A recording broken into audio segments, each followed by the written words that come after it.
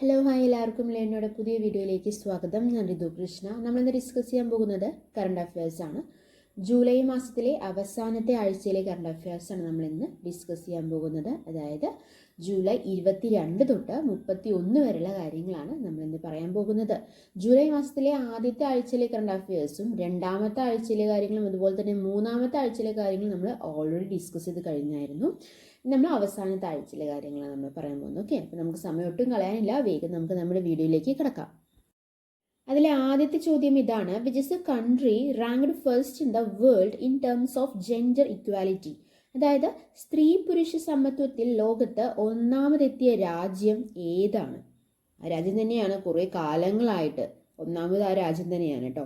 അപ്പോൾ സ്ത്രീ പുരുഷ സമത്വത്തിൽ ജെൻഡർ ഇക്വാലിറ്റി ലോകത്ത് ഒന്നാമതെത്തിയ രാജ്യം ഏതാണെന്നാണ് ചോദ്യം. The right answer is Iceland.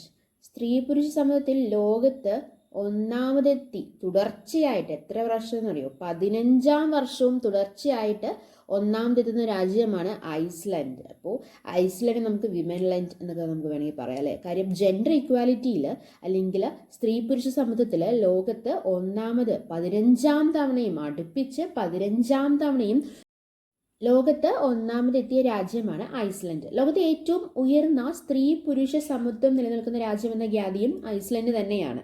ലോക സാമ്പത്തിക ഫോറത്തിന്റെ വാർഷിക ആഗോള ജെൻഡർ വ്യത്യാസ സൂചികയിൽ, അതായത് global gender gap index, okay, തുടർച്ചയായി 15ാം വർഷമാണ് ഐസ്ലൻഡ് ഒന്നാം സ്ഥാനം നേടുന്നത്. 90% നികത്തിയ ലോകത്തെ ഏക രാജ്യവും ഐസ്ലൻഡാണ്. അതായത് 91.2% ഒക്കെ എത്തിയിട്ടുണ്ട് ജെൻഡർ ഇക്വാലിറ്റി എന്ന് പറയുന്നത്. ഓക്കെ, 2030 ഇത് 100% സമൂഹത്തിലെയും കുടുംബങ്ങളെയും ജെൻഡർ അധിഷ്ഠിത അക്രമങ്ങൾ പൂർണ്ണമായും ഇല്ലാതാക്കാനുമാണ് ഐസ്ലൻഡ് ലക്ഷ്യമിടുന്നത്. പ്രമുഖ മാഗസിനായ ദ എക്കണോമിക്സിന്റെ ഗ്ലാസ് സീലിംഗ്സ് ഇൻഡെക്സ് പ്രകാരം ലോകത്ത് സ്ത്രീകൾക്ക് ജോലി ചെയ്യാൻ ഏറ്റവും അനുയോജ്യമായ രാജ്യം ഏത് തന്നെയാണ്? ഐസ്ലൻഡ് തന്നെയാണ്. അതുമാത്രമല്ല, സർക്കാർ ഏർപ്പെടുത്തിയ 12 മാസത്തെ ശമ്പളത്തോടു കൂടിയ പ്രസവാവധി ഐസ്ലൻഡിലെ ജെൻഡർ വിടവ് നികത്തുന്നതിൽ പ്രധാന പങ്ക് വഹിച്ചൊരു ഘടകമാണ്. ഈ അവധി പങ്കാളികൾക്ക് കൃത്യമായി വീതിച്ചാണ് നൽകുന്നത്. ഇതോടെ പ്രസവശേഷം സ്ത്രീകൾ മാത്രം തൊഴിലിൽ നിന്ന് ഏറെക്കാലം വിട്ടു നിൽക്കുന്ന രീതി അവസാനിപ്പിക്കാനും കൂടുതൽ സ്ത്രീകളെ വിവിധ മേഖലകളിലെ നേതൃസ്ഥാനത്തേക്ക് എത്തിക്കാനും ഐസ്ലൻഡ് കഴിഞ്ഞിട്ടുണ്ട്.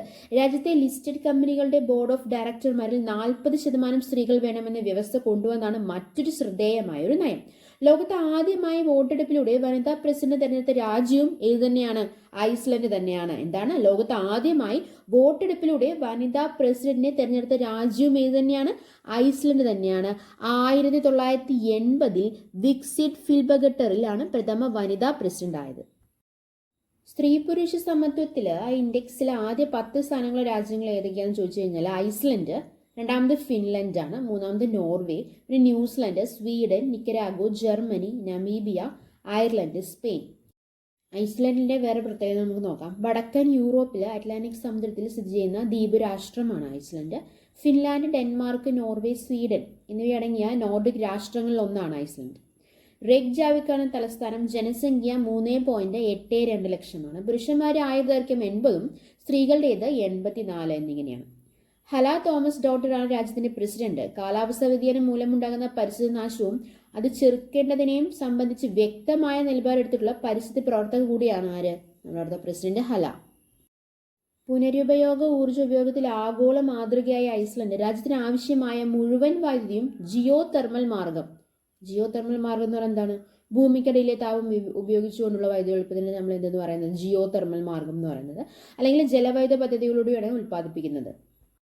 ഓക്കെ, നമുക്കിനി അടുത്ത ചോദ്യത്തിലേക്ക് കടക്കാം. രണ്ടാമത്തെ ചോദ്യം: who has been named as India's new foreign secretary? ഇന്ത്യയുടെ പുതിയ ഫോറിൻ സെക്രട്ടറി ആരാണ്? വിക്രം മിശ്രി ആണ്. Vikram Misri has been named as India's new foreign secretary. അടുത്ത ചോദ്യം, മൂന്നാമത്തെ ചോദ്യം: which organisation released the global liveability index? Which organisation released the global liveability index? The right answer is Economist Intelligence Unit releases the Global Livability Index. Global liveability index അനുസരിച്ചിട്ട് താമസിക്കാൻ പറ്റിയ ഏറ്റവും best place ഏതെന്നറിയാമോ? ഓസ്ട്രിയയിലെ Vienna എന്നുള്ള സിറ്റിയാണ് the best place to live in as per global liveability index. അടുത്ത ചോദ്യം, നാലാമത്തെ ചോദ്യം. Who has been awarded the PEN Pinter prize 2024? PEN Pinter prize 2024 അർഹയായത് ആരാണ്? അരുന്ധതി റോയ് ആണ്. Arundhati Roy has been awarded the PEN Pinter prize 2024. British നാടകകൃത്ത് ഹാരൽഡ് പിഞ്ചറുടെ പേരിലുള്ള പ്രൈസാണ് പെൻ പിഞ്ചർ പ്രൈസ്. അത് ഇന്ത്യൻ എഴുത്തുകാരി അരുന്ധതി റോയ്ക്കാണ് കിട്ടിയിരിക്കുന്നത് അല്ലേ ഈ വർഷം. ഇംഗ്ലീഷ് പെൻ അധ്യക്ഷ റൂത്ത് ബോർത്ത്വിക്കാണ് അരുന്ധതിയെ ജേതാവായി തെരഞ്ഞെടുത്ത കാര്യം പ്രഖ്യാപിച്ചത്. ലണ്ടനിലെ ബ്രിട്ടീഷ് ലൈബ്രറിയിൽ ഒക്ടോബർ 10 പുരസ്കാര സമർപ്പണം. 1997 ബുക്കർ പുരസ്കാരം നേടിയ ഗോഡ് ഓഫ് സ്മോൾ തിങ്സ് നോവലിലൂടെയാണ് അരുന്ധതി രാജ്യാന്തര പ്രശസ്തിയായത്. അടുത്ത ചോദ്യത്തിലേക്ക് കടക്കാം. അഞ്ചാമത്തെ ചോദ്യം. When is Olympic Day celebrated worldwide? എന്താണ് Olympic day?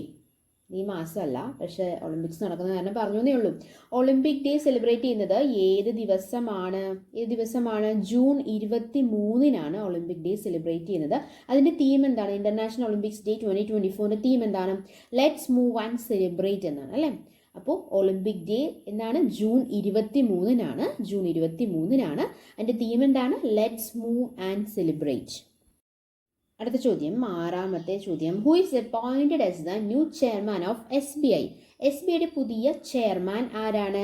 ചല്ല Srinivasulu Setty is the new chairman of SBI. അടുത്ത ചോദ്യം, ഏഴാമത്തെ ചോദ്യം. Who has been elected as the president of the professional golf tour of India? Who has been elected as the president of the Professional Golf Tour of India? The right answer is Kapil Dev. Kapil Dev has been elected as the president of the Professional Golf Tour of India. അടുത്ത ചോദ്യത്തിലേക്ക് കടക്കാം. എട്ടാമത്തെ ചോദ്യം. Where is the Women's Asia Cup 2024 being organized? Women's Asia Cup 2024 എവിടെയാണ് നടത്താൻ തീരുമാനിച്ചിരിക്കുന്നത്? Right answer is Sri Lanka. So where is Women's Asia Cup 2024 being organized? Sri Lanka. Sri Lanka. എന്തൊക്കെയാണ് പ്രത്യേകതകൾ? ഇന്ത്യൻ മഹാസമുദ്രത്തിലെ മുത്ത് എന്നറിയപ്പെടുന്ന രാജ്യമാണ് ഇത്? ശ്രീലങ്ക അല്ലെ. ഇന്ത്യയുടെ കണ്ണുനീർ തുള്ളി എന്നറിയപ്പെടുന്ന രാജ്യം അല്ല, കണ്ണുനീർ തുള്ളി ഒരു ഷേപ്പ് ആയതുകൊണ്ടാണ് ഇന്ത്യയുടെ കണ്ണുനീർ തുള്ളി എന്നറിയപ്പെടുന്നത്. സിലോൺ സരൺദ്വീപ് എന്നറിയപ്പെടുന്ന രാജ്യമാണ്. ഇന്ത്യയിലുടേതിന് സമാനമായ പ്രാദേശിക സമയമുള്ള രാജ്യവും ശ്രീലങ്ക തന്നെയാണ്. തലസ്ഥാനം ശ്രീ ജയവർദ്ധനപുരം കോട്ടയാണ്. ഓക്കെ. ഔദ്യോഗിക ഭാഷകൾ സിംഹള, തമിഴ്, ഇംഗ്ലീഷ് എന്നിവയാണ് ശ്രീലങ്കയിലെ ഔദ്യോഗിക ഭാഷകൾ. ഔദ്യോഗിക മൃഗം സിംഹമാണ്. ഔദ്യോഗിക പക്ഷി കാട്ടുകോഴിയാണ്. ഔദ്യോഗിക പുഷ്പം ബ്ലൂ വാട്ടർ ലില്ലിയാണ്. ഔദ്യോഗിക നാണയം എന്താണ്? ശ്രീലങ്കൻ റുപ്പിയാണ്. നമ്മൾ പറഞ്ഞു ശ്രീലങ്കയുടെ ആദ്യ പേര് എന്തായിരുന്നു? സിലോൺ എന്നായിരുന്നു അല്ലേ. ആ സിലോൺ എന്ന പേര് ശ്രീലങ്ക എന്ന് മാറ്റിയത് 1972 സിലോൺ എന്ന പേര് ശ്രീലങ്ക എന്ന് മാറ്റിയത് 1972 ഇന്ത്യയും ശ്രീലങ്കയും തമ്മിൽ വേർതിരിക്കുന്ന കടലിടുക്കാണ് പാക് കടലിടുക്ക്. ശ്രീലങ്കയുടെ പിതാവ് എന്നറിയപ്പെടുന്നത് DS സേനനായകയാണ്. ശ്രീലങ്കൻ ഗാന്ധി എന്നറിയപ്പെടുന്നത് AT അരിയരത്നയാണ്. അപ്പോൾ വിമൻസ് ഏഷ്യ കപ്പ് 2024 നടക്കുന്നതും എവിടെ തന്നെയാണ്? ശ്രീലങ്കയിൽ തന്നെയാണ് അല്ലേ. നമുക്ക് അടുത്ത ചോദ്യത്തിലേക്ക് കടക്കാം. 9ാമത്തെ ചോദ്യം. Which state got the best performing state award in the prime minister Svanidhi scheme? അപ്പോൾ സ്വാനിധി സ്കീം അനുസരിച്ചിട്ട് ബെസ്റ്റ് പെർഫോമിംഗ് സ്റ്റേറ്റ് ഏത് സ്റ്റേറ്റിനാണ് കിട്ടിയിരിക്കുന്നത്? Right answer is Madhya Pradesh. Madhya Pradesh got the best performing state award in the prime minister Svanidhi scheme. എന്തൊക്കെയാണ് മധ്യപ്രദേശിന്റെ പ്രത്യേകതകൾ എന്തൊക്കെയാണ്? ഇന്ത്യയുടെ ഹൃദയം എന്നറിയപ്പെടുന്ന സംസ്ഥാനമാണ് മധ്യപ്രദേശ്. ഇന്ത്യയുടെ കടുവ സംസ്ഥാനമാണ്. ഇന്ത്യയുടെ സോയ സംസ്ഥാനമാണ്. വനവിസ്തൃതിയിൽ 1ാം സ്ഥാനത്തുള്ള ഇന്ത്യൻ സംസ്ഥാനവും ഏത് തന്നെയാണ്? മധ്യപ്രദേശ് തന്നെയാണ്. പഞ്ചായത്തി രാജ് നിയമപ്രകാരം ഇന്ത്യയിൽ ആദ്യമായി തെരഞ്ഞെടുപ്പ് നടന്ന ഇന്ത്യൻ സംസ്ഥാനവും മധ്യപ്രദേശ് തന്നെയാണ്. ഇന്ത്യയിൽ ഏറ്റവും കൂടുതൽ സോയാബീൻ ഉൽപ്പാദിപ്പിക്കുന്ന സംസ്ഥാനമാണ് മധ്യപ്രദേശ്. അതുകൊണ്ടാണ് ഇന്ത്യയുടെ സോയാ സംസ്ഥാനം എന്ന് മധ്യപ്രദേശ് അറിയപ്പെടുന്നത് അല്ലെ. ഏറ്റവും കൂടുതൽ ദേശീയോദ്യാനങ്ങൾ സ്ഥിതി ചെയ്യുന്ന സംസ്ഥാനവും ഏത് തന്നെയാണ്? മധ്യപ്രദേശ് തന്നെയാണ്. ഇന്ത്യയിൽ ആദ്യമായി സന്തോഷ വകുപ്പ് ആരംഭിച്ച ആദ്യ സംസ്ഥാനവും ഏത് തന്നെയാണ്? മധ്യപ്രദേശ് തന്നെയാണ്. ഇന്ത്യൻ സ്വാതന്ത്ര്യ ദിനത്തെ ഷാഹിദ് സമ്മാൻ ദിവസായി ആചരിക്കാൻ തീരുമാനിച്ച സംസ്ഥാനമാണ് മധ്യപ്രദേശ്. രാജ്യത്തിന് വേണ്ടി ജീവൻ ബലിയർപ്പിച്ച ധീര ജവാന്മാർക്കായി നരേന്ദ്രമോദി ഒരു സ്മാരകം ഉദ്ഘാടനം ചെയ്തിട്ടുണ്ട്. അതിന്റെ പേരെന്താണ്? ശൗര്യ സ്മാരകം എന്നാണ്. ഓക്കെ. ലോകത്ത് ആദ്യമായി വെള്ളക്കടുവകൾക്ക് സംരക്ഷണം ഏർപ്പെടുത്തിയ സംസ്ഥാനവും അത് മധ്യപ്രദേശ് തന്നെയാണ്. വേറെ എന്തൊക്കെയാണ് മധ്യപ്രദേശിന്റെ പ്രത്യേകതകൾ? എന്തൊക്കെയാണ്? 12 അതിൽ താഴെയോ പ്രായമുള്ള പെൺകുട്ടികളെ ബലാത്സംഗം ചെയ്താൽ വധശിക്ഷ നൽകുന്നതിനുള്ള ബിൽ പാസാക്കിയ നിയമസഭ മധ്യപ്രദേശിന്റെയാണ്. അതുപോലെ തന്നെ പട്ടാളക്കാർക്ക് ടോൾ നികുതി ഒഴിവാക്കിക്കൊണ്ട് ഉത്തരവ് പുറപ്പെടുവിച്ച സംസ്ഥാനം അത് മധ്യപ്രദേശാണ്. ഭൂസൂചിക പദവി ലഭിച്ച കടക്നാഥ് കോഴിയിറച്ചി ഏത് സംസ്ഥാനത്ത് നിന്നുള്ളതാണ്? മധ്യപ്രദേശിൽ നിന്നുള്ളതാണ്. സാമ്പത്തിക വർഷം ജനുവരി 1 മുതൽ ഡിസംബർ 31 വരെ ആക്കിയ ആദ്യ ഇന്ത്യൻ സംസ്ഥാനം അതേതാണ്? ഇന്ത്യയുടെ ഹൃദയം എന്നറിയപ്പെടുന്ന മധ്യപ്രദേശാണ്. അടുത്ത ചോദ്യം, 10ാമത്തെ ചോദ്യം. Recently which state has been honoured with the best agricultural state award for 2024 by the 15 agricultural leadership awards committee? അപ്പോൾ ബെസ്റ്റ് അഗ്രികൾച്ചറൽ സ്റ്റേറ്റ് അവാർഡ് കിട്ടിയ സ്റ്റേറ്റ് ഏതാണ്? ഏതിൻ്റെ 15th അഗ്രികൾച്ചറൽ ലീഡർഷിപ്പ് അവാർഡ്സിൽ ബെസ്റ്റ് അഗ്രികൾച്ചറൽ സ്റ്റേറ്റ് അവാർഡ് കിട്ടിയ state ഏതാണെന്നാണ് ചോദ്യം. ഏതാണ്? The right answer is Maharashtra. Okay, so Maharashtra has been honoured with the best agricultural state award for 2024 by the 15th agricultural leadership awards committee. നമ്മൾ പറഞ്ഞായിരുന്നു മധ്യപ്രദേശ് എന്ന് പറഞ്ഞാൽ എന്തായിരുന്നു? ഇന്ത്യയുടെ ഹൃദയം എന്നാണ് അറിയപ്പെട്ടിരുന്നത് അല്ലേ. മഹാരാഷ്ട്ര ഇന്ത്യയുടെ പവർ ഹൗസ് എന്നറിയപ്പെടുന്ന സംസ്ഥാനമാണ്. വ്യവസായികമായി ഏറ്റവും കൂടുതൽ മുന്നിൽ നിൽക്കുന്ന സംസ്ഥാനമാണ് മഹാരാഷ്ട്ര. ഇന്ത്യൻ സംസ്ഥാനങ്ങളിൽ ഏറ്റവും വലിയ റോഡ് ശൃംഖലയുള്ള സംസ്ഥാനവും അത് മഹാരാഷ്ട്ര തന്നെയാണ്. ബുദ്ധമതക്കാർ ഏറ്റവും കൂടുതലുള്ള സംസ്ഥാനം, അതുപോലെ തന്നെ പാഴ്സി മതക്കാർ ഏറ്റവും കൂടുതലുള്ള ഇന്ത്യൻ സംസ്ഥാനം, ജൈന മതക്കാർ ഏറ്റവും കൂടുതലുള്ള സംസ്ഥാനം എല്ലാം മഹാരാഷ്ട്രയാണ്. അപ്പോൾ ബുദ്ധമതക്കാർ, പാഴ്സി മതക്കാർ, അതുപോലെ തന്നെ ജൈനി മതക്കാർ ഏറ്റവും കൂടുതലുള്ള സംസ്ഥാനം ഏതാണത്? മഹാരാഷ്ട്രയാണ്.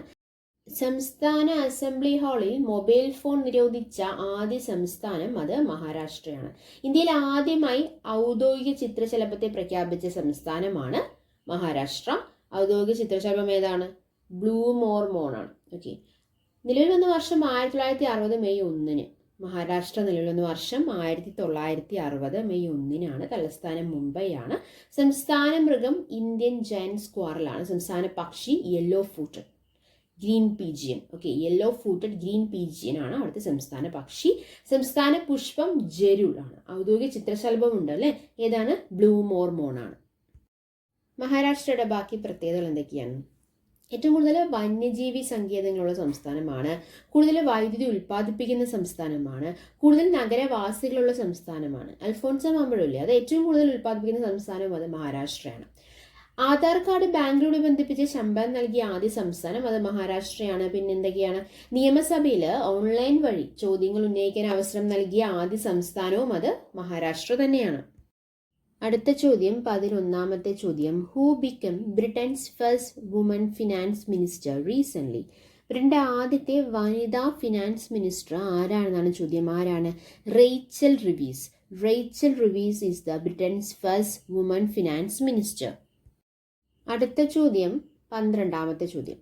Which state won the Best State in Horticulture Award 2024 in the Agricultural Leadership Award 2024? അപ്പോൾ അഗ്രികൾച്ചറൽ ലീഡർഷിപ്പ് അവാർഡ്സിൽ നമ്മൾ പറഞ്ഞു ബെസ്റ്റ് അഗ്രികൾച്ചറൽ സ്റ്റേറ്റ് അവാർഡ് ഏത് സ്റ്റേറ്റിനായിരുന്നു? മഹാരാഷ്ട്രയ്ക്കായിരുന്നു. ഇതിപ്പോൾ best state in horticulture award 2024 കിട്ടിയ സ്റ്റേറ്റ് ഏതാണെന്നാണ് ചോദ്യം. ഏതാണ്? അത് നാഗാലാൻഡ് ആണ്. Okay, so Nagaland won the best state in horticulture award 2024 in the agriculture leadership awards 2024. എന്തൊക്കെയാണ് നാഗാലാൻഡിൻ്റെ പ്രത്യേകതകൾ എന്തൊക്കെയാണ്? നാഗാലാൻഡ് ഔദ്യോഗിക ഭാഷ എന്താണെന്ന് അറിയാമോ? ഇംഗ്ലീഷാണ്. അവിടുത്തെ ഔദ്യോഗിക ഭാഷ ഇംഗ്ലീഷാണ് കേട്ടോ. നാഗാലാൻഡ് അതിർത്തി പങ്കിടുന്ന ഏക അയൽരാജ്യം അത് മ്യാൻമറാണ്. ഗ്രാമീണ റിപ്പബ്ലിക്കുകളുടെ കൂട്ടം എന്നറിയപ്പെടുന്ന ഇന്ത്യൻ സംസ്ഥാനമാണ് നാഗാലാൻഡ്.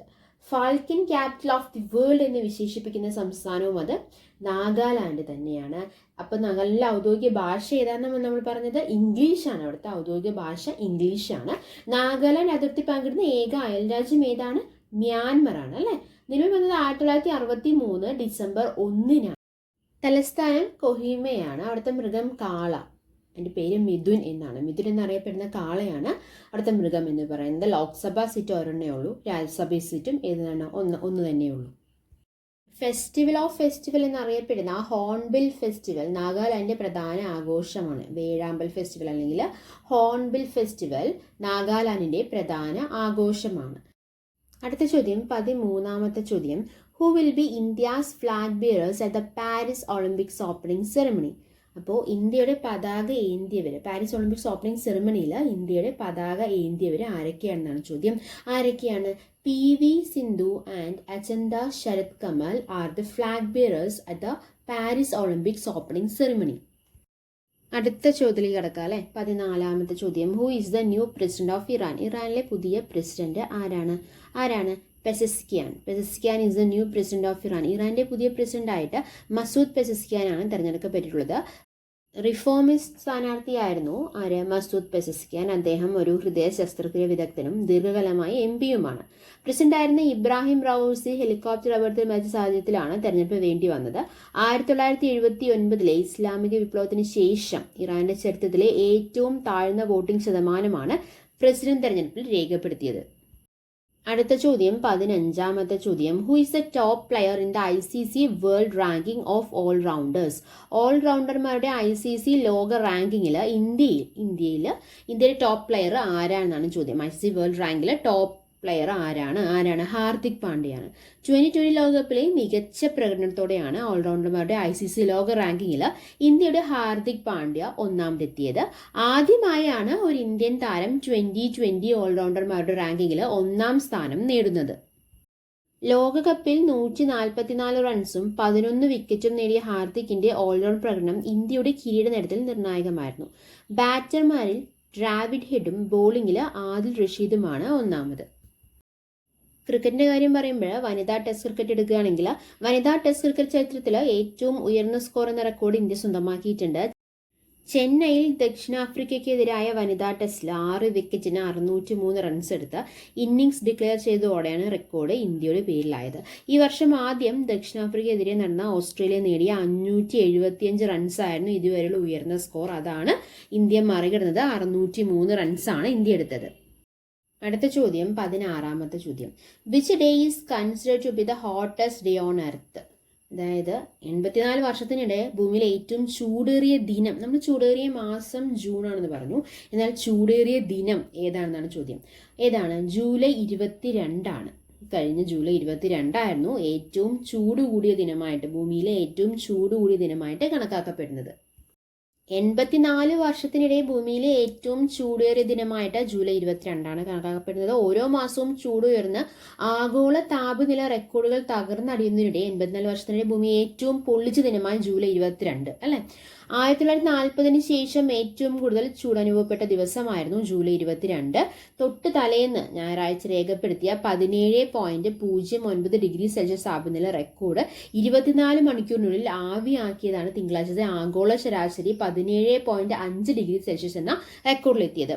യൂറോപ്യൻ യൂണിയന്റെ കോപ്പർനിക്കസ് ക്ലൈമറ്റ് ചേഞ്ച് സർവീസിന്റേതാണ് താപനില കണക്കുകൾ. അടുത്ത ചോദ്യം 17ാമത്തെ ചോദ്യം. Who presented the longest budget? ഏറ്റവും ദൈർഘ്യമേറിയ ബഡ്ജറ്റ് അവതരിപ്പിച്ചത് ആരാണെന്നാണ് ചോദ്യം. അത് നിർമ്മല സീതാരാമൻ തന്നെയാണ്. പക്ഷേ ഈ കഴിഞ്ഞ ബഡ്ജറ്റ് ഏറ്റവും ദൈർഘ്യമേറിയ ബഡ്ജറ്റ് ആയിരുന്നില്ല. നിർമ്മല സീതാരാമന്റെ ബഡ്ജറ്റ് പ്രസംഗത്തിൽ ഏറ്റവും കുറഞ്ഞ ദൈർഘ്യമുള്ള രണ്ടാമത്തെ ബഡ്ജറ്റാണ് ജൂലൈ 24 അവതരിപ്പിച്ചത്. 1 മണിക്കൂർ 25 മിനിറ്റ് ആയിരുന്നു അതിൻ്റെ ഡ്യൂറേഷൻ എന്ന് പറയുന്നത്. കഴിഞ്ഞ ഫെബ്രുവരിയിൽ ഇടക്കാല ബജറ്റ് ദൈർഘ്യത്തിൽ ഏറ്റവും ചെറുത്, അതായത് കഴിഞ്ഞ ഫെബ്രുവരിയിൽ അവതരിപ്പിച്ചതായിരുന്നു ഏറ്റവും ചെറുത്, 56 മിനിറ്റ് ആണ്. അപ്പോൾ രണ്ടാമത്തെയാണ് ഈ കഴിഞ്ഞ ജൂലൈ 24 അവതരിപ്പിച്ചത് അല്ലേ. അതിൻ്റെ ഡ്യൂറേഷൻ എന്ന് പറയുന്നത് 1 മണിക്കൂറായിരുന്നു. ഏറ്റവും ദൈർഘ്യമേറിയ ബജറ്റ് അവതരിപ്പിച്ചത് നിർമ്മല സീതാരാമൻ തന്നെയാണ്. 2020-21 ബജറ്റ് പ്രസംഗം 2 മണിക്കൂർ 40 മിനിറ്റും നീണ്ടിട്ടുണ്ട്. അപ്പോൾ ഏറ്റവും ദൈർഘ്യമേറിയ 2 മണിക്കൂർ ബജറ്റ് അവതരിപ്പിച്ചതും നിർമ്മല സീതാരാമൻ തന്നെയാണ്. ബജറ്റിൽ എന്തൊക്കെ കാര്യങ്ങളായിരുന്നു? വളർച്ചയുടെ പടവുകൾ നഗരങ്ങളിൽ നിന്ന് തുടങ്ങുമെന്ന മന്ത്രവുമായിട്ടാണ് നഗരവികസനത്തിനുള്ള നിർദ്ദേശങ്ങൾ ധനമന്ത്രി ബജറ്റിൽ മുന്നോട്ട് വെച്ചത്. സംസ്ഥാന സർക്കാരുകളുമായി കൈകോർത്ത് നഗരങ്ങളെ വികസന ഹബ്ബുകളാക്കുമെന്നുള്ള പ്രഖ്യാപനവും നടത്തുകയുണ്ടായി. 30 ലക്ഷത്തിലേറെ ജനസംഖ്യയുള്ള 14 വൻ നഗരങ്ങൾക്ക് സാമ്പത്തികം, ഗതാഗതം എന്നീ സാധ്യതകൾ കൂടി പരിഗണിച്ചുള്ള വികസന പദ്ധതികളും വരുമെന്നാണ് ബജറ്റിൽ പറഞ്ഞത്. ഈ ബജറ്റിൽ ഏറ്റവും കൂടുതൽ ഇമ്പോർട്ടൻസ് കൊടുത്തത് ആന്ധ്രയ്ക്കും അതുപോലെ ബീഹാറിനുമായിരുന്നു. കേരളത്തിൻ്റെതായിട്ടുള്ള ഒരു കാര്യങ്ങളും കിട്ടിയിട്ടില്ല എന്നുള്ളതാണ് ബജറ്റ് നമുക്ക് മനസ്സിലാക്കാൻ കഴിഞ്ഞത്. കേരളം ആവശ്യപ്പെട്ടതിൽ ഒന്നുപോലും നൽകിയില്ലെന്ന് മാത്രമല്ല, രാജ്യത്തെ ഏറ്റവും വലിയ ട്രാൻസ്ഷിപ്പിന്റെ തുറമുഖം എന്ന ഖ്യാതിയോടെ യാഥാർത്ഥ്യമായ വിഴിഞ്ഞം രാജ്യത്തിന്റെ സമ്പദ് വ്യവസ്ഥയിൽ ചെലുത്തിയേക്കുന്ന സ്വാധീനം പോലും കണക്കിലെടുത്തില്ല എന്നുള്ളതാണ് വേറൊരു സങ്കടകരമായിട്ടുള്ള ഒരു കാര്യം. കേരളം ആവശ്യപ്പെട്ടത് 24,000 കോടി രൂപയുടെ പ്രത്യേക പാക്കേജായിരുന്നു. എന്നാൽ അതൊന്നും ഉണ്ടായില്ല. അതേപടി ലഭിക്കുമെന്ന് പ്രതീക്ഷിച്ചില്ലെങ്കിലും ദേശീയപാത സ്ഥലമെടുപ്പിന്റെ 25% വിഹിതമായി 6,000 കോടിയോളം രൂപ കേരളം വഹിക്കുന്നത് ഉൾപ്പെടെയുള്ള പ്രയാസങ്ങൾ പരിഹരിക്കപ്പെടുമെന്നായിരുന്നു ഒരു വിശ്വാസം ഉണ്ടായിരുന്നത്. വയനാട് തുരങ്കപാതയ്ക്കും സഹായമില്ല. കേന്ദ്രാവിഷ്കരണ പദ്ധതികളുടെ ഭാഗമായി കേന്ദ്രം ചെലവഴിക്കേണ്ട തുകയിൽ സംസ്ഥാനം ചെലവിട്ട 3,686 കോടി രൂപയും ചോദിച്ചിരുന്നു. പുതിയതൊന്നും കിട്ടിയില്ലെന്ന് മാത്രമല്ല, പഴയതിന്റെ കാര്യത്തിൽ ഉറപ്പുമില്ല എന്നുള്ളതാണ് കേരളത്തിന്റെ നിലവിലെ അവസ്ഥ. പ്രളയ ദുരിതം നേരിടാൻ ബീഹാറിന് മാത്രം 11,500 കോടിയുടെ സഹായമാണ് പ്രഖ്യാപിച്ചത്. എന്നാൽ 2 പ്രളയങ്ങൾ അതിജീവിച്ച കേരളത്തിന് ആ വഴിക്കും പരിഗണന കിട്ടിയില്ല. കേരളത്തിന് ആശ്വസിക്കാനുള്ള കാര്യങ്ങൾ എന്തൊക്കെയാണെന്ന് ചോദിച്ചു കഴിഞ്ഞ് കഴിഞ്ഞാൽ, വിദേശ ക്രൂസ് കമ്പനികൾക്ക് ആഭ്യന്തര ക്രൂസുകൾ പ്രവർത്തിപ്പിക്കാൻ നികുതി ഇളവ് പ്രഖ്യാപിച്ചതിന്റെ ഭാഗമായിട്ട് അത് കേരളത്തിന് പ്രയോജനപ്പെടുത്താനായിട്ട് കഴിയും. സ്റ്റാർട്ടപ്പുകൾ ഏഞ്ചൽ ഫണ്ടിംഗ് സ്വീകരിക്കുമ്പോൾ നൽകിയിരുന്ന നികുതി, അതായത് ഏഞ്ചൽ ടാക്സ്, അത് ഒഴിവാക്കി നൽകിയതിന്റെ ഗുണം മികച്ച സ്റ്റാർട്ടപ്പ് ആവാസ വ്യവസ്ഥയുള്ള കേരളത്തിന് അത് ഗുണകരമാകുമെന്നാണ് കണക്കാക്കപ്പെടുന്നത്. സ്വർണം വെള്ളി വില കുറയുന്നതും ഇവിടെ വിപണിയിൽ ചലനമുണ്ടാക്കും. PMGSY പദ്ധതിയുടെ 4ാം ഘട്ടത്തിൽ 25,000 ഗ്രാമീണ റോഡുകൾ നിർമ്മിക്കുന്നതിൽ ഒരു വിഹിതം കേരളത്തിനും ലഭിച്ചേക്കുമെന്നാണ് പ്രതീക്ഷിക്കുന്നത്. 100 നഗരങ്ങളെ മാലിന്യമുക്തമാക്കുമെന്ന പ്രഖ്യാപനം കൊച്ചിക്കും തിരുവനന്തപുരത്തിനും പ്രതീക്ഷ നൽകുന്നതാണ്. അപ്പോൾ ഇത്ര കാര്യങ്ങളാണ് കേന്ദ്ര ബജറ്റിൽ കേരളത്തിന് ആശ്വാസം കണ്ടെത്താൻ പറ്റുന്ന കാര്യങ്ങൾ. അടുത്ത ചോദ്യം 18ാമത്തെ ചോദ്യം. Which European city host 33rd Olympics അല്ലെ? 33ാമത് ഒളിമ്പിക്സ് ആണ് ഇപ്പോൾ നടന്നുകൊണ്ടിരിക്കുന്നത് അല്ലെ? അത് എവിടെയാണ്? ഏത് യൂറോപ്യൻ സിറ്റിയാണ് ആതിഥേയത്വം വഹിക്കുന്നത്? എവിടെ വെച്ചിട്ടാണ് നടക്കുന്നത്? പാരീസിൽ വെച്ചിട്ടാണ് അല്ലെ? So which European city host 33rd Olympics? Paris. French വിപ്ലവത്തിന്റെ മണ്ണ് എന്നാണ് പാരീസ് അറിയപ്പെടുന്നത് അല്ലെ? അവിടെ പുതിയൊരു കായിക ഇനം വന്നിരിക്കുകയാണ്. പ്രാവശ്യത്തെ പാരീസ് ഒളിമ്പിക്സിൽ ബ്രേക്ക് ഡാൻസ് ഇതാദ്യമായ ഒരു മത്സര ഇനമാകുന്നുണ്ട്. ഇന്ത്യയിൽ നിന്ന് 117 പേരാണ് പങ്കെടുക്കുന്നത്. അപ്പോൾ ഇന്ത്യൻ ഒളിമ്പിക് സംഘത്തിലെ 117 താരങ്ങളിൽ 72 പേർക്കും ഇത് ആദ്യ മത്സരമാണ്, അല്ലെങ്കിൽ ആദ്യ ഒളിമ്പിക്സ് ആണ്. അപ്പോൾ ആകെ മത്സരങ്ങൾ ഇനങ്ങൾ 32ആണുള്ളത്. അതിൽ ഇന്ത്യയുടെ ഇനങ്ങൾ 16ആണ്. ആകെ മെഡലുകൾ 329 ആണെങ്കിൽ ഇന്ത്യൻ മെഡൽ മത്സരം വരുന്നത് 95 മത്സരങ്ങൾ മാത്രമാണ്. ആകെ മത്സരാർത്ഥികൾ 10,500 ആണ്. അതിൽ ഇന്ത്യൻ മത്സരാർത്ഥികൾ എത്രയാണ്? 117 പേരാണ്. അതിൽ 72 പേർക്കും ഇത് ആദ്യ ഒളിമ്പിക്സുമാണ്. 2004 അതായത് മുൻകാല ഒളിമ്പിക്സുകൾ ഇന്ത്യയുടെ പ്രകടനത്തെ കുറിച്ച് പറയുകയാണെങ്കിൽ 2004 ഏതൻസിൽ വെച്ചിട്ടായിരുന്നു ഒളിമ്പിക്സ് നടന്നത്. അതിൽ ഒരു വെള്ളിയാണ് കിട്ടിയത്. 73 മത്സരാർത്ഥികളാണെന്ന് പങ്കെടുത്തത്. അതിന്റെ സ്ഥാനം എന്ന് പറയുന്നത് 65ാം സ്ഥാനമായിരുന്നു ഇന്ത്യയുടെ സ്ഥാനം എന്ന് പറയുന്നത്. അടുത്തത് 2008 നടന്നത് അല്ലെ? 2008 ബെയ്ജിങ്ങിൽ വെച്ചിട്ടായിരുന്നു. അപ്പോൾ ഒരു സ്വർണവും ഒരു വെള്ളിയും ഒരു വെങ്കലവും കിട്ടി. മത്സരാർത്ഥികൾ 56 പേരായിരുന്നു. സ്ഥാനം അത് 50 ആയി. അപ്പോൾ 2004 65 ആയിരുന്നു. ആ സ്ഥാനം കുറച്ച് ഇംപ്രൂവ് ആയിട്ട് 50 ആയിട്ട് മാറി. 2012 ലണ്ടനിൽ വെച്ചിട്ടായിരുന്നു. 2 വെള്ളിയും 4 വെങ്കലവുമാണ് അന്ന് ഇന്ത്യക്ക് കിട്ടിയത്. മത്സരാർത്ഥികൾ 83 പേരായിരുന്നു. സ്ഥാനം അന്ന് 55 ആയിരുന്നു. 2016 റിയോയിൽ വെച്ചിട്ടായിരുന്നു ഒളിമ്പിക്സ് നടന്നത്. ഒരു വെള്ളിയും ഒരു വെങ്കലവും മാത്രമാണ് കിട്ടിയത്. മത്സരാർത്ഥികൾ 117 പേര് തന്നെ ഉണ്ടായിരുന്നു. അപ്പോൾ 2024 117 പേരാണ്. 2016 117 പേര് തന്നെയായിരുന്നു. അന്ന് സ്ഥാനം 67 ആയിട്ട് ചുരുങ്ങി. അപ്പോൾ 65, 50, 55, 67 ആയി. 2021 ടോക്കിയോയിൽ ഒരു സ്വർണവും 2 വെള്ളിയും 4 വെങ്കലവും നമ്മുടെ ഇന്ത്യക്ക് കിട്ടി. അങ്ങനെ മത്സരാർത്ഥികൾ 124 പേരുണ്ടായിരുന്നു. അപ്പോൾ ഏറ്റവും കൂടുതൽ ഇന്ത്യൻ മത്സരാർത്ഥികൾ പങ്കെടുത്ത ഒളിമ്പിക്സ് എന്ന് പറയുന്നത് ടോക്കിയോയിൽ വെച്ച് നടന്ന ഒളിമ്പിക്സ് ആയിരുന്നു അല്ലെ? 124 മത്സരാർത്ഥികളായിരുന്നു പങ്കെടുത്തത്. എന്തൊക്കെയാണ് കിട്ടിയത്? ഒരു സ്വർണവും 2 വെള്ളിയും 4 വെങ്കലവുമാണ് കിട്ടിയത്. സ്ഥാനം വന്നിട്ട് 48 ആയിട്ട് ഉയർന്നു. 67 എന്നുള്ള സ്ഥാനത്ത് നിന്ന് 48 ആയിട്ട് ഉയരുകയാണ് ഉണ്ടായത്. അടുത്ത ചോദ്യം 19ാമത്തെ ചോദ്യം. Who is the first Indian woman shooter to win the medal in 33rd Olympics? അതായത് 33ാമത് ഒളിമ്പിക്സിൽ ആദ്യ മെഡൽ നേടിയ ഇന്ത്യൻ വനിതാ ഷൂട്ടർ ആരാണെന്നാണ് ചോദ്യം. The right answer is Manu ബാക്കർ. വനിതകളുടെ 10 മീറ്റർ എയർ പിസ്റ്റളിൽ വെങ്കലം നേടിയിട്ടാണ് മനു ബാക്കർ പാരീസ് ഒളിമ്പിക്സിൽ ഇന്ത്യക്ക് വേണ്ടി ആദ്യ മെഡൽ നേടിയത്. 12 വർഷത്തിന് ശേഷമാണ് ഷൂട്ടിങ്ങിൽ ഇന്ത്യ ഒളിമ്പിക് മെഡൽ നേടുന്നത്. 2012 ലണ്ടൻ ഒളിമ്പിക്സിൽ വെള്ളി നേടിയ വിജയ് കുമാറും വെങ്കലം നേടിയ ഗഗൻ നാരംഗുമാണ് ഒടുവിൽ ഇന്ത്യക്കായി മെഡൽ നേടിയ ഷൂട്ടർമാർ. പാരീസിൽ നിന്ന് 300 കിലോമീറ്റർ അകലെയുള്ള ഷാറ്റൂറുവിലെ ഷൂട്ടിംഗ് റേഞ്ചിൽ ഫൈനലിൽ 221.7 പോയിന്റ് നേടിയാണ് 22കാരി മനു മൂന്നാമതെത്തിയത്. ദക്ഷിണ കൊറിയൻ താരങ്ങളായ ഒയേജിൻ 243.2, കിയേജിൻ 241.3 എന്നിവർക്കാണ് യഥാക്രമം സ്വർണവും വെള്ളിയും. ഒളിമ്പിക് റെക്കോർഡാണ് ഒയേജിനിന്റെ സ്വർണ്ണ നേട്ടം. വനിതകളുടെ 25 മീറ്റർ പിസ്റ്റൺ ഇനത്തിലും 10 metre air pistol mixed team ഇനത്തിലും ഹരിയാനക്കാരി മനു മത്സരിക്കുന്നുണ്ട്. മനുവിന്റെ മെഡൽ നേട്ടത്തിന് പുറമെ വനിതകളുടെ 10 മീറ്റർ എയർ റൈഫിൾ വിഭാഗത്തിൽ റമിത ജിൻഡാലും പുരുഷന്മാരിൽ അർജുൻ ബബുദയും ഫൈനലിലെത്തിയതും ഇന്ത്യക്ക് സന്തോഷമുള്ളൊരു കാര്യമാണ്. അപ്പോൾ 3 സ്വർണവും 2 വെള്ളിയുമായി ഓസ്ട്രേലിയയാണ് ഇപ്പോൾ മെഡൽ പട്ടികയിൽ ഒന്നാമത് നിൽക്കുന്നത്. 3 സ്വർണവും 1 വെങ്കലവുമായി ചൈനയാണ് രണ്ടാമത് നിൽക്കുന്നത്. അപ്പോൾ ഇപ്പോൾ കറന്റ്ലി ഓസ്ട്രേലിയയാണ് ഫസ്റ്റിൽ നിൽക്കുന്നത്, രണ്ടാമത് ആരാണ്? ചൈനയാണ് നിൽക്കുന്നത്. അടുത്ത ചോദ്യം 20ാമത്തെ ചോദ്യം.